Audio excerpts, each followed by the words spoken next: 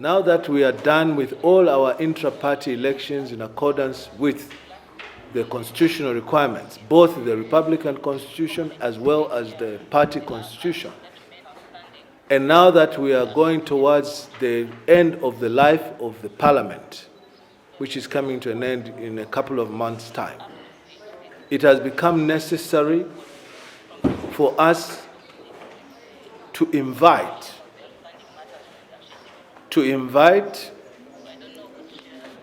applications from all aspiring candidates for all elective offices, from the councillors, the council chairmen, the mayors, and the members of parliament.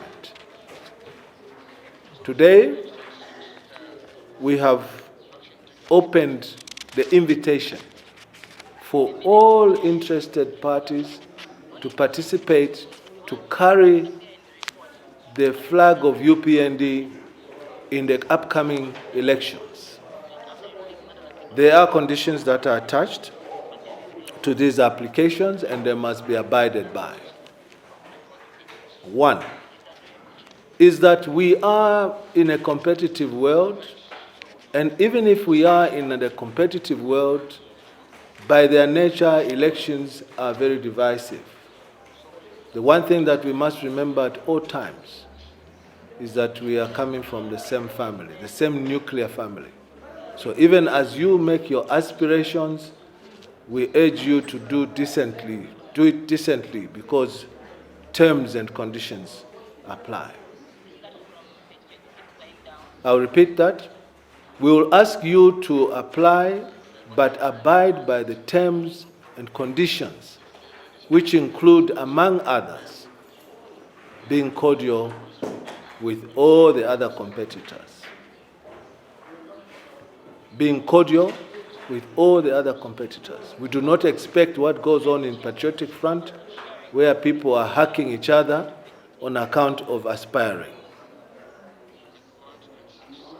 The aspirants must be members in good standing with the party. They must be members in good standing with the party and having been affiliated to the UPND for a period of not less than 2 years. So those are some of the conditions that we are attaching to the applications. The applications must also have the relevant qualification documents, which are also going to be certified by the Examinations Council of Zambia before they are submitted. They must be certified and stamped certified before they are lodged in. The applications must also have the green national registration card, because this activity is for Zambians only.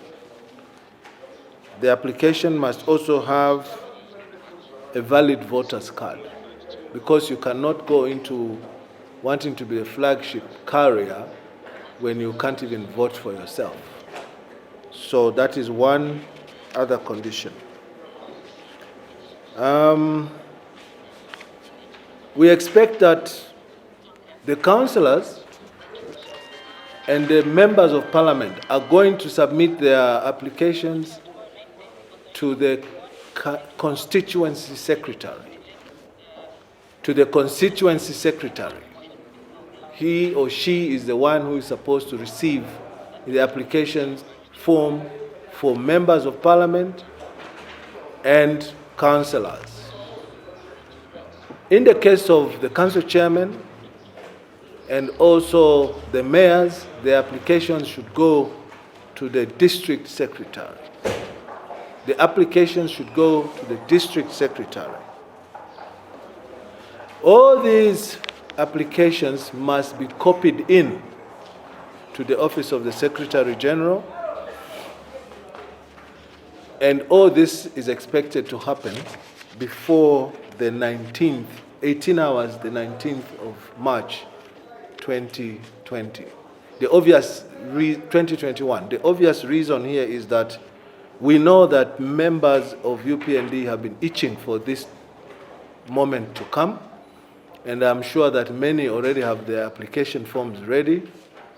And we are now making an appeal that we only expect people with serious intentions of servitude to be the ones applying. We do not want fly-by-nights. We will not tolerate fly-by-nights.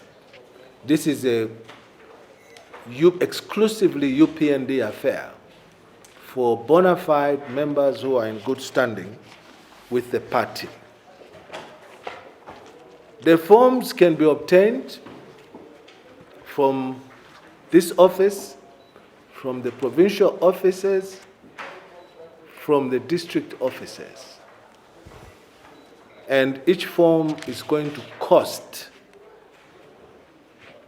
50 kwacha to purchase, and the related application fees for the elective positions are as follows. Member of Parliament. The Member of Parliament is expected to pay an application fee of 5,000 kwacha. The same applies to the mayor, supposed to pay an application fee of 5,000 kwacha. The council chairman is expected to pay an application fee of 2,000 kwacha. 2,000 kwacha. The councillors, last but not least, are expected to pay an application fee of 300 kwacha. The party is not accepting cash payments, and so we will flash an advert in tomorrow's paper, which will detail all interested parties,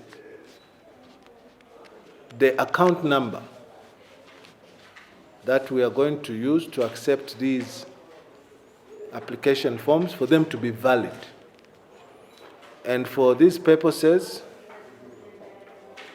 it will be the Zambia National Commercial Bank, North Mid Branch, and account number 181-608-55-00128. And so we wish all the participants the best of luck in the quest to save Mother Zambia. We wish that everyone would make it, but the positions are limited. And then for those who may not make it at the end of this process, a very tedious adoption process, but we intend to make it thorough this time around.